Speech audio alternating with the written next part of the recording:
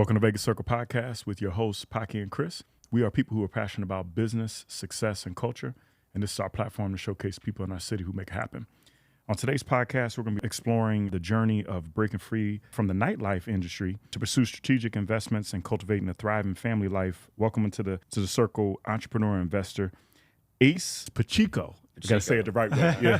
Thank you guys for having me. I really appreciate it. This is long overdue, man. Long overdue. We've connected probably, I don't even know, what, 3 or 4 years ago now? At least, right? Yeah. Where was the connection? Was it through Blake, Wynn, or Ron? Man, 100% Blake. I think it was Blake. It was through Blake. I think when you were working at Wynn Nightlife. Mm-hmm. And then through that, obviously knowing a lot of the same people, Jay Sean, Natalia, a lot of the same people that we know, Peter Cross. But man, you've been killing it, man. Very fortunate. I'm just blessed. Really am. The success I have, the position I'm in, and thankful to be here with you guys. And I'm a big fan of the show. Appreciate Obviously, it, man. I've seen Jay Sean and Natalia and Peter's episode, and these guys are people I look up to as well as my friends. So I'm just excited to be here. One of the things that I saw that I was reading about you, 40 under 40 nightlife professional back in the day, I think they wrote an article on you. And I love the statement that you had. You were talking about don't let anybody outwork you. And I feel like that's what you've really set your template and your foundation of, being involved in so many different fields, right? And building, your network. But let's just talk about kind of like your transition from the nightlife industry to entrepreneurship and, what that's been all about and why you did that. In my opinion, when you're working in Vegas nightlife and you're a host, cocktail waitress, whatever it may be, you have access to just the titans of industry that come to this city weekend after weekend, and especially working at the Wynn and Encore. That's just the who's who that gets to stay there. And, something that has always resonated with me has been your network is really your net worth. So I've tried as much as I could just to cultivate as many relationships with all these different people who are successful in different businesses, and I looked up to every one of them. And a lot of people that work in nightlife, it's almost like when you work in the restaurant business. You make such great money. It's like, all right, what's the next step? And you make a great living here in Vegas, being a nightlife host, being a cocktail waitress, but what is that next step? And there really isn't a segue when you're working in nightlife to become a casino executive, a casino host, a convention services director, whatever it may be. Like, that's it. You're working in nightlife, and that's the box you're in. And I always just refused to accept the circumstances that was going to be my it. I was never just going to be just a nightlife host. And I just, networked. I used a lot of the relationships I had and took a lot of business advice. And here I am today where I have my hands in many different things and I'm able to have the life I have now and support the family that I have and provide for them. Ultimately, that's what's most important. Yeah, sure. It's all about family. We had a couple of different people on that were in similar situations, right? That they did this transition from being in the nightlife to entrepreneurship. And, all of them, I think, had the same kind of mindset. The fact that you are in this networking hub. Do you think that networking part of your personality has always been there, or do you have to develop that in the nightlife scene? I think you either have it or you don't. Yeah. I really do. Me and Paki talk about that a lot because he has it, I don't. I don't think that's something you can be taught. I don't think it's something that you just have it. And someone that I always looked up to, that was a past guest of this podcast, was Jay Sean. He's the best I've ever seen. I told him that to my face. And when I started working at Wynn Nightlife, Jay Sean was it. You know what I mean? So I followed his footsteps. I looked at what he did. I looked at what Natalia did. A lot of these people. There were a lot of big hosts in the city, that paved the way for guys like me to kind of come up and be here. So yeah, it's something that you either have or you don't. You got to be a people person. I think you got to have those street smarts. You have to be able to walk into a room and recognize who the influencers are, who the tastemakers are, and organically create a rapport with that person. Anybody can just walk up to somebody, hey, I'm Andrew, I work at the Wynn, here's my business card. How do you really make that connection? And that's something you either have or you don't. And as you're kind of making that transition, right, because you're developing these relationships, but now you're deciding, I want to branch off. I want to be an entrepreneur. These are people that are meeting you in different, environments. It's a party environment. It's a fun environment. Now you're like, hey, can you help me with some business advice? Can you mentor me? Or can you provide me some guidance? Like, how do you make that shift? That's a challenge. Yeah. How do you have a billionaire, investor from God knows where look at you as not just the nightlife VIP host. This isn't just the guy that I can call when I need a dinner reservation or a nightclub reservation to go see chain smokers at Excess. That's something that, I think you have to cater to each and every individual relationship, and you just gotta nonstop keep banging on that door until they open it for you. You have to. That's true. Because they're not going to give it to you. Yeah, that seems tough. No one's going to give it to you. And you kind of transitioned, so at least with your background with nightlife, right? So you transitioned from Wynn to Zouk, and I think that's what you took care of me one time over at Zouk, and then transitioned to Fountain Blue and all of that. When did you fully, laser focus and say, okay, this is really what I want to do. Like, I want to get into business for myself. Like, when did you make that decision? Was it during a period where you just, you know what I mean, just kept adding I to think the... really what happened was COVID. I Good think point, when COVID happened, I think that just, readjusted everybody's vision and perspective. Like, all right, what am I doing? What's next? And the whole city shut down. There was nothing going on. Yep. And it got to a point where I was just, very, very successful with everything I accomplished at the Wynn. Everything, I remember like yesterday, I wrote down everything that I wanted to do, and I accomplished that. And it got to a point where, that passion just wasn't there anymore. It's like that challenge wasn't there. I'm an extremely competitive person, extremely competitive. And, as a nightlife host, you want to get the biggest client in every night. You want to get the biggest spend. We get paid based on our sales, of course. You want to, have the highest sales. And, when that passion's gone, you've done all that already. It's like, all right, what's next? And that's what led me to go into resorts world. I was very close to Ron. And I had an opportunity to run a VIP team from there and kind of, teach a group of VIP hosts kind of what I was able to do as an individual at the Wynn. And we were successful there. We had some nights where Zouk really threw some great parties, and we owned the city on a lot of different nights with Travis Scott, with Post Malone, with Tiesto. But from there it was like, all right, my family's coming together, my sons are growing, I need to be there for them. And being a businessman, being an entrepreneur obviously gives you that lifestyle where you can not be at the club till 3 a.m. every night and wake up at 7 a.m., take my son to school. And that's where I'm at. And it gets old fast, man. I know, waking up, getting the 2 or 3 hours, sleep all the time. I'm in bed every night at 8:30, 9 o'clock. Oh, every wow. night. And I used to be the guy. That sounds like Chris. Yeah, it sounds like Chris. DJs don't go on till 1:30. And now every night I'm in bed by 8:30, 9 o'clock. Just like that. Wake up every morning 6:30, 7 a.m., bring my son to school, and go on about my day. I need to learn that. Yeah. I still go to bed that late as best. Still Still wake up early. I'm team no sleep. Yeah. So let's talk about kind of some of the companies you've invested in, right? So one of them is the private access cash, right? Yeah. So can you kind of talk about what you do with that setup? Is for loans and things along those lines, right? Titles and things like that. So working at the Wynn, I was fortunate to meet someone who's an individual, become a mentor to me. He's a business partner of mine. He was a very big gambler at the Wynn. Okay. And he was it. He took me under his wing and kind of showed me the ropes. And again, back to COVID, I had a lot of good conversations with him. Hey, what's next? What am I going to do? And he was actually involved in that business, in the personal loan business in Texas. And we just started talking. I think there was a business for sale here in Las Vegas, and I wanted to potentially buy it. And he, gave me the advice, helped me go in that direction, and we started Private Access Cash. And it's a personal loan business. Okay. Obviously, it's subprime lending. It's high interest rates. What I'm trying to do is kind of create a business where it doesn't have that stigma where you walk in and get a payday loan. You know what I mean? It's low interest rate. It's discreet. It's private. We're here to help people get from point A to point B. Not everybody can walk into Bank of America and take out a $5,000 personal loan. They don't have that 700 FICO score, or maybe they don't make the income on paper. And that's what we're involved with right now. Oh, that's powerful. Yeah. So you can do smaller loans, right? Absolutely. Okay. Yeah, the average loan is like $300 to $500. Oh, that's excellent. Yeah. And so that must be like clockwork in Vegas, for sure. We started officially a year ago, and I think just last month we did $20K in revenue. So, I mean, the business is scaling every single month. Yeah, that's fantastic. What kind of challenges do you run into? Because that's, a hard business model to jump into. Now you're dealing with interest rates, bank loans, financing, et cetera. There's a lot of different credit screening. It's not necessarily like a restaurant, something easy to jump into quickly. I'm so intrigued by the world of finance and all the different facets that come from this one business that I'm in right now. The biggest challenge is getting people approved, right? I think in this city, it's going to cultivate an environment where people are going to overextend themselves with the gambling and all the different vices that are in this city. So I think that's the biggest challenge, is keeping people within, their safety net, so to speak. But that's regulated by the state, so it's not too bad.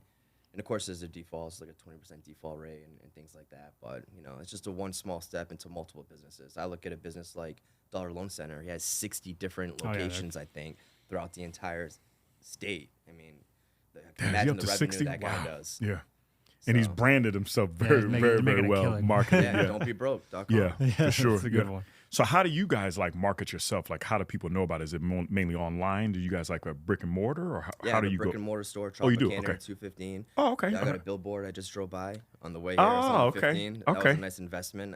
Okay. It's funny. I get to see my billboard, and then right across is Marshmallow at XS. That's where you both were at. How cool is that? That's hilarious. Yeah. So yeah, I have that business. A lot of Google ads, a lot of marketing. You know, a lot of flyers. I even got the one guy on the corner of the street with the billboard, kind of flipping it, dancing, getting people in there. So, end of the day, beautiful. I think in this market with Vegas, everyone's always going to need some kind of personal finance assistant, one way or another. And if I can provide that in an organic and a positive way, I'm all about it. So. Yeah, that's awesome.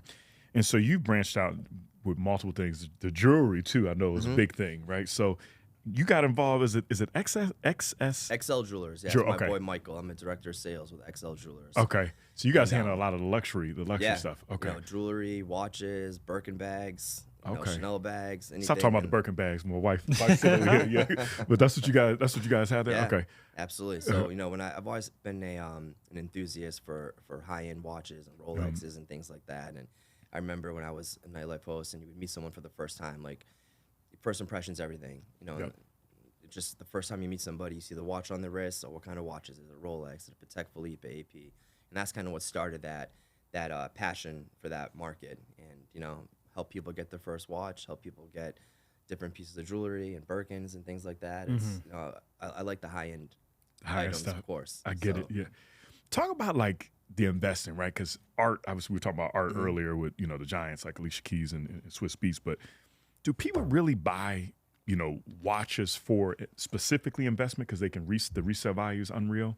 Is that what you see a lot of? 2 years ago, the market was crazy. Okay. You could buy a $100,000 watch, sit on it, wear it every day, and sell it for $110,000 into the month. I mean, the market was crazy after COVID. It was like that with everything. Cars over MSRP, watches, jewelry, art, Birkins are what, $30,000? I think they're $10K retail.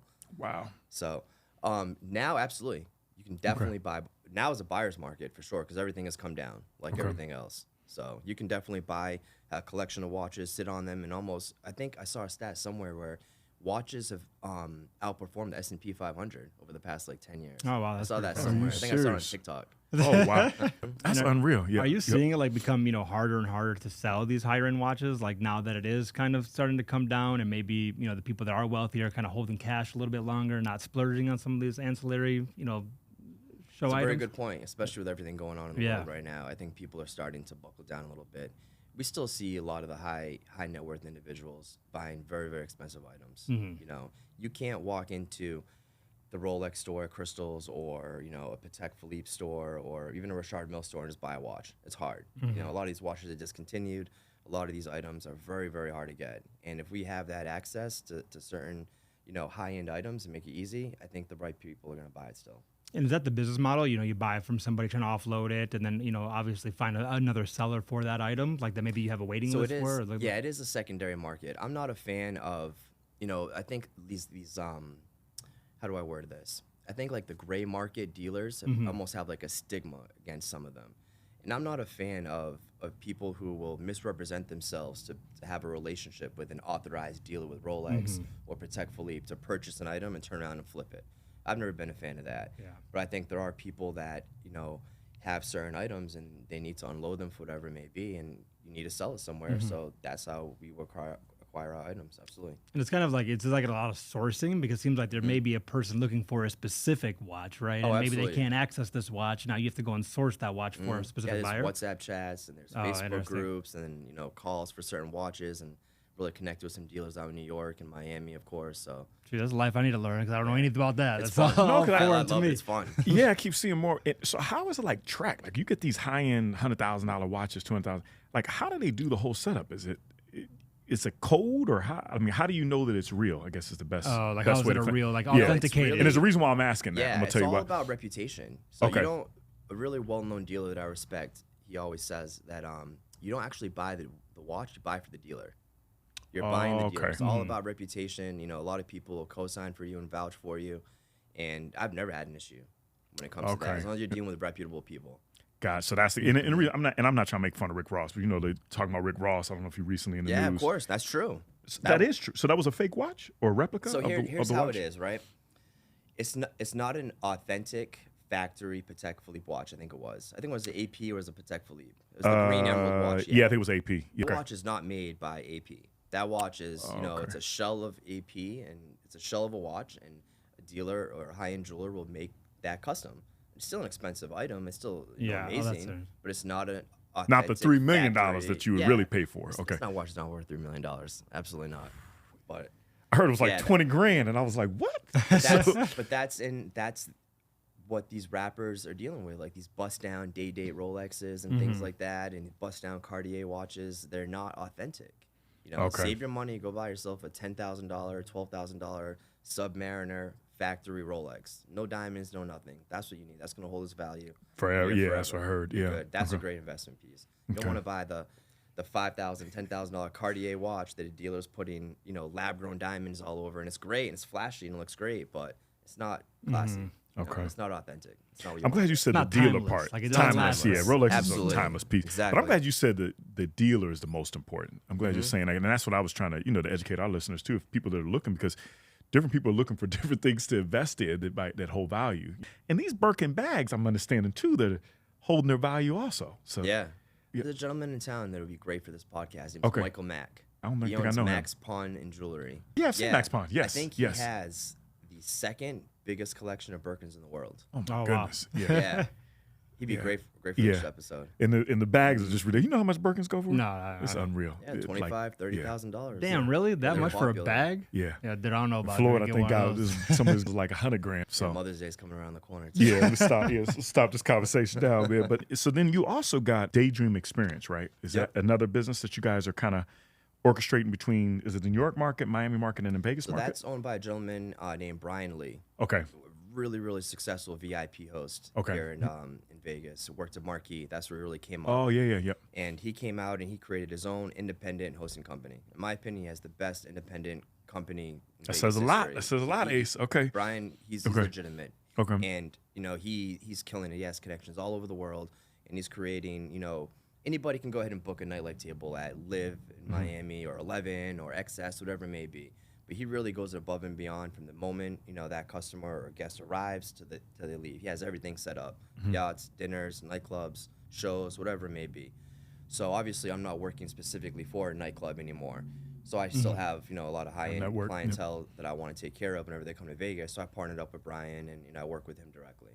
That's what's up. So where are you guys focused on? Just in experiences, restaurants, the whole nine? Yeah, anywhere. Any key event that's going on throughout the world, whether it's in Ibiza, whether it's in, F1, whatever it may be. So, Okay.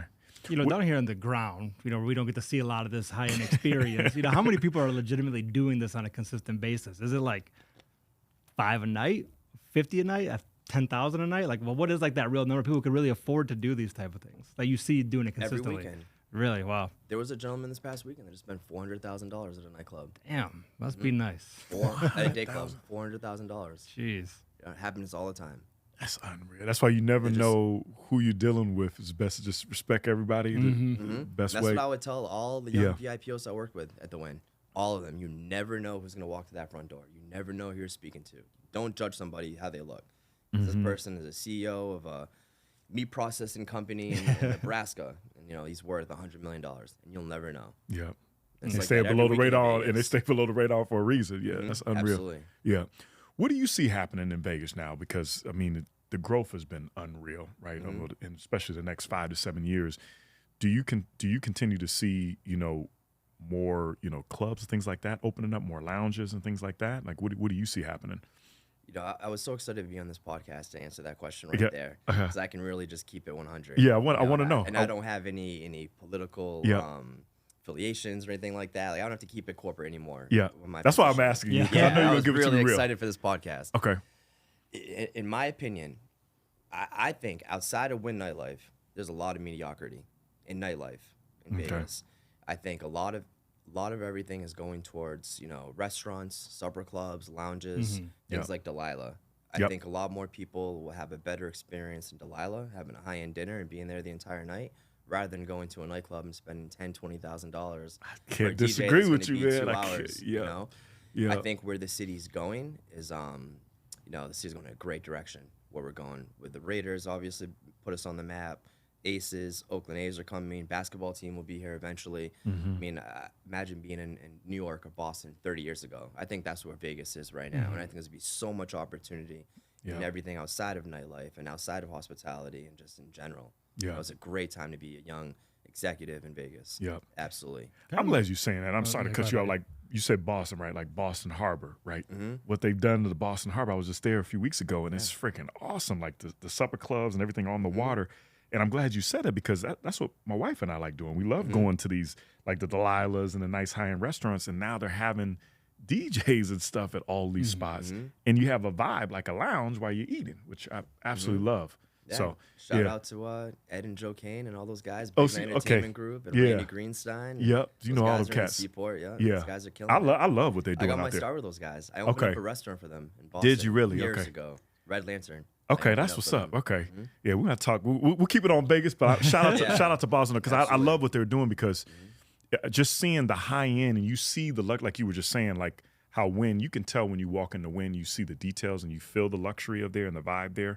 I noticed that when I was in Harbor, like they got some nice stuff there, really nice. So, but I'm sorry to go. It just seems like it's becoming more and more challenging to break into that. Like so everybody is comfortable going to where their tried and true are. So you're seeing it like. And you probably know more than I do, but from the outside, it looks like Zouk maybe ran into some challenges. Found Blues running into some challenges. I wanted to get into that. So how are those things? Is it saturated too much, or is it just not the same experience? What it is, you got to have the right people there from the very beginning, and I would compare it to an NFL team. You got to have the right special teams coordinator. You got to have the right defensive coordinator, the right head coach, the right owners can give you the autonomy to do what you guys got to do. And I worked at the Wynn. I came up at the Wynn, so everything I know is the Wynn. So I got to see firsthand when I left the Wynn and go open up, work at Zouk and some of these other operations in the city. You just see how dysfunctional they are. You really do. Yeah. I mean, the Wynn just does not miss. They don't. Is it just like throwing a bunch of money at it and hope it works, but there's no cohesion? It just doesn't fit right? It's a combination of a lot of things, You really got to have the right people there that understand what hospitality is. You got to have the right people, the right operators there from the very beginning that know how to execute on any given night. You're paying these DJs a lot of money. A lot of money. There's a big break even. And from the top down, you got to have the team of VIP hosts that are soldiers working that city and working their phones and getting the best customers in there. And they're fighting with other VIP hosts at other nightclubs for those same customers, right? You got to have the waitresses there ready to upsell and provide the best experience. And, you got to have the right operations team. You got to have the right marketing team. I mean, there's so many different parts that create this one unit. And it's hard. It's a hard business to get into. And these DJ prices keep getting higher and higher, and that's what I wanted to ask. Higher and higher. I mean, how could they make a return off if you're having like a Black Coffee or whoever it is come in, or Drake for a reason, for an evening? How can they make a return off of that if they're paying $1 million, $2 million, $2.5 million? Are they even trying to, or are they trying to get them into the casino? Outside of the Wynn, they're not making money. That's a good point. That's a very good point. The Wynn. They're profitable. Absolutely. Oh yeah, 100%. Wynn Nightlife is profitable. A lot of these other clubs don't. You see it with Live right now in Fontainebleau. I mean, they are struggling. That's not the impression they wanted to make, coming into Vegas. And Zouk Group had its challenges at first. And, I think that we were able to kind of push through some of those challenges and still created some successful nights. But even there, I'm sure their number's not where they want it to be quite yet, And, Ron's no longer there at Zouk. He's more on the hotel side. So that's a big blow to them, without having someone like Ron there. So. Yeah, but you see it firsthand. The Wynn really, they just capitalize on every event. They really do. They do a great job. Yeah, it's Steve Wynn. The guy was a genius. We're all here because of Steve Wynn. At the end of the day. And do these nightclubs, are they owned by the casino, or are they renting out a space for the casino? Like, how does that? A lot of these nightclubs aren't owned by the actual hotel, and it really does help when the nightclub is owned by the hotel. It's not like that with Zouk. It's not like that with a lot of the Tao Group properties. Wynn XS is owned by Wynn. Got it. Okay, that makes a big difference. Yep. So Wynn has its eyes on it. Wynn has its own people there, and from the top down, they're running it. Oh, got it. So you're a Wynn employee at the Wynn, but you're a Zouk employee when you're at Resorts World. Yeah, Zouk was a little different. Zouk was owned by KT Lim's son, so it's a little different. But got it. Okay. That's one of the reasons why Wynn does so well. That it's owned by Wynn. That makes sense. Wynn Resorts. Makes a lot of sense. What inspires you right now? Because you're at a turning point, family man, like you're saying, going to bed at 8:30, 9 o'clock now. What's keeping you in the hunt right now? What are you really focused on, trying to accomplish maybe over the next 5 years or so? when I wake up, first thing I do every single day is just all about my sons. It's all about legacy. It's all about them. 1,000%. You know, it's all about, you know, having their future safe, having their future secure, and having a last name they're proud of. That's what it's all about for me right now. You know, I've been very, very fortunate in this city. I've been very lucky. I work with some great people. I'm blessed to be here. I'm blessed to be here with you guys talking right now about, you know, the story of how I got here. But it's all about them right now. It's all about the family. Yeah. It really is. That's awesome. You know? What else are you looking at as far as investing in or getting into different industries right now? What else is on your radar? Now, I got to tell you, the world of finance really intrigues me. Yeah. It really gets me going. You know, I'm looking into like merchant cash advances where, you know, different business loans to different businesses coming up here in the city. Really into real estate as well. I partnered up with a good buddy of mine, Jason Griggs. We created a company called JA Homes. Okay. We're just buying single family homes, renting them out, holding them for the long term. My goal is to buy three investment properties this year. I've already bought 3 with him. Nice. In the first quarter. Yeah. So we're on pace to have 10 by the end of the year. So That's what's anything up. with real estate, anything that that creates an ROI, that's what it's all about for me. Anything that makes sense. I love the art of the deal. The art of a business deal. I love that. Yeah, it's interesting you talked about finance. Like I need to go back and get a degree just in finance because that's what rules the world. Like there's like 4 entities that rule the world as we know. I mean, it's media, it's finance, it's, you know, what's happening on Wall Street, but finance is like, it seems like everything. If you can learn the details of what's behind that, it just helps you with everything. If with I the go bookkeeping. back in time, I would have gone to a Ivy League school. Yeah, and would have been an investment banker. Yeah, right? That's sure. what I would have done in a heartbeat. Yeah. There's so many avenues you can make money in finance. There's not just one way. Because if you understand the numbers, you can make everything work. Like you said, you can make any deal work. You can make a business deal, a real estate deal, a loan deal. Any deal works if you understand finance. There's just so much opportunity in the city right now. So much. And everybody, you know, wants money, and people want to spend it. For sure. Did you see what the CEO of NVIDIA was talking about recently? I don't know if you saw that I clip. didn't. So he was talking about how he wishes people suffer more. And obviously NVIDIA is worth, I don't even know how much now. It's probably trillions of dollars now. They're like the 3rd largest Yeah, company they're now. unreal. But I love what he was saying. And the reason why I'm saying is because of the vibe from being from the East Coast. It's, you know, hardworking town, especially like New England.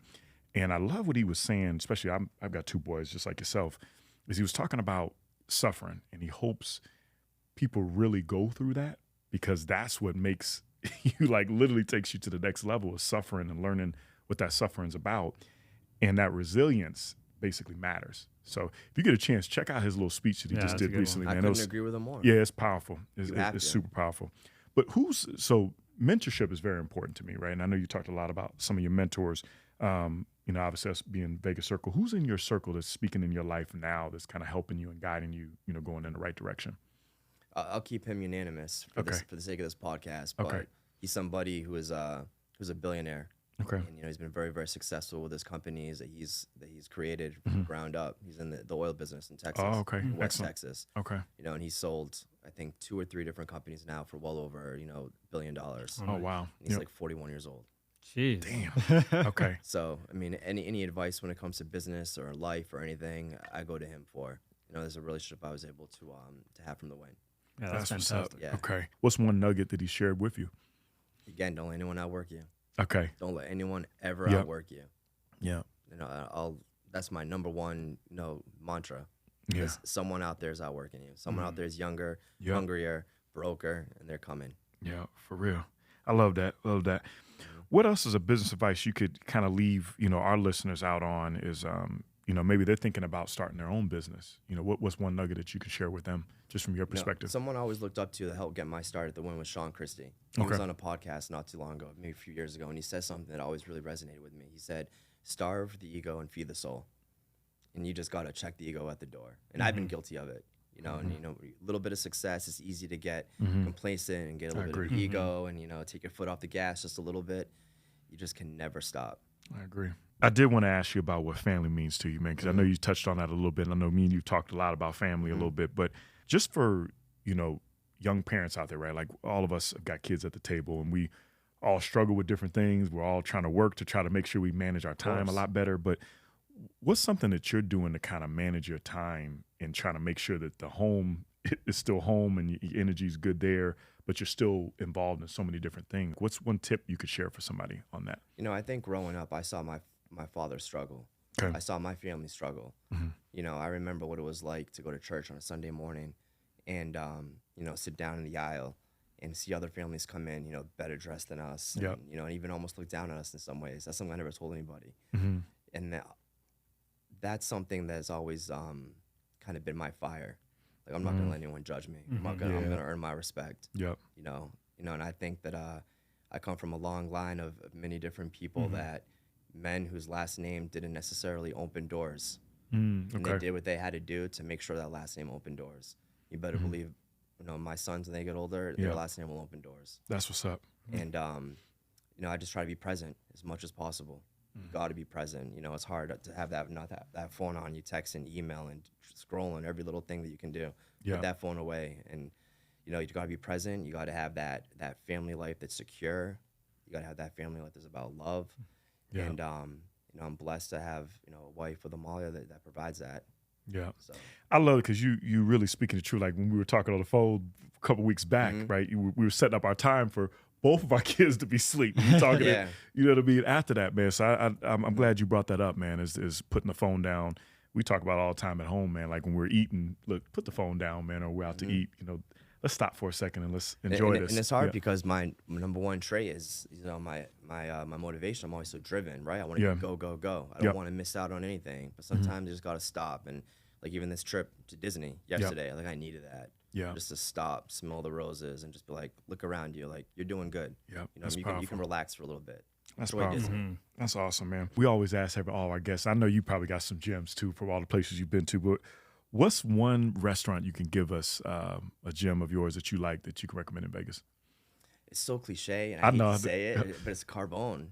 Okay, okay. I wasn't expecting you to say Carbone. It really is. Why Carbone? It has a special place in my heart because when I started here in Vegas, I worked at a restaurant called Botero. Ah, okay. Are you familiar with Botero? That's where Jardin is. Yeah.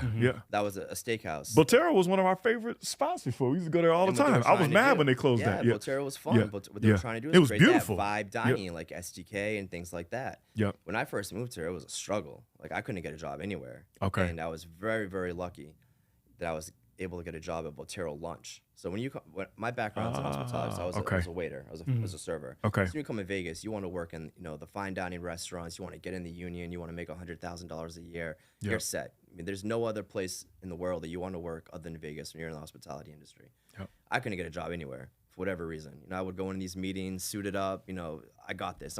I've never not gotten a job until I came to Vegas. That's crazy. It was crazy. I couldn't get a job anywhere, and I had interviews everywhere. Prime Steakhouse, STK, SW Steakhouse at the Wynn with Brad Brown, is a dear friend of mine now today. Yeah. So I couldn't get a job nowhere, and I got lucky and I got a job at Botero lunch. Okay. And I came from the Seaport, working at Del Frisco's in the Seaport in Boston. Yep. You know, $18 million a year steakhouse, killing it. I was a sommelier there. All the athletes know me, celebrities know me. They're texting me when they need a reservation. And humbly, I got a job at Botero lunch, you know, serving hot dogs and chicken fingers and working from 10 to 12. And so that whole staff, when they closed down Botero, that whole staff went to Carbone. Okay, I respect that. These were the people that kind of took me under their wing, that embraced me. I didn't know anybody in this city. You know, had no friends, and those are my friends. So that whole staff of Carbone, that's why it has a special place in my heart. Okay. You know, and I take my son there all the time. He's 4 years old. I think they have a no children policy in Carbone. I take both my sons Show there. love. That's sit what's down, up. eat pasta, and make a mess. Carbone is good. I don't disagree. I thought you were gonna say something else, but Carbone is really good. So it's hard to get a reservation there too, man. So well, I got you. I know. That's why I said. That's why I said it. That's why I said it, man. Man, I appreciate you, man. This is good to hang out with you for a little bit. But what do you want to leave us out on, man? That anything we forgot to ask you? You know, I think that you know, life is short. Yeah, you know, and I think that there's just such an opportunity to be in this city right now. The way that it's growing, I agree. With, you know, what you can do, you can change your whole life. You know, never accept your circumstances for what they are. And definitely don't let someone else tell you what your circumstances are and who you are or who you can be. For real. And just take advantage of it, and just, if you can dream it, you can do it. Yeah, simple I agree. as that. Because I shouldn't be here. Yeah. I came here as a fine dining server, got a job at Botero lunch. Somehow got lucky and was able to get a job at XS and Encore Beach Club, became a very, very successful VIP host, and I live a very, very blessed life that I'm thankful for, and I shouldn't be here. The odds were against me, and I did it. That's what's up, man. If I can do it, anybody can do it. You just can't let anyone outwork you. Yeah. You can't. Well, keep paying attention to Ace, man. I've been chopping it up with him for a while, man. So I'm gonna say this, man. I applaud you, man. I'm proud of you with what you're doing, man, and just keep killing it because it's motivating. You know what I mean? Like I told you before on the phone. So appreciate you. And where can people check you out? What's your social handles? People can reach out to you. Ace Pacheco on Instagram. I'm very, very accessible. You know, I've never been that person that a lot of individuals in the city reach out to for advice or phone call or lunch. My door's always open. I'm always happy to share any advice, help out any way I can. Yeah. Well, appreciate sitting down with you, man, and check us out at thevegasort.com. So subscribe with us, man. So thanks a lot, man. Thank you guys. that, Appreciate it. That was really good. Thank you guys.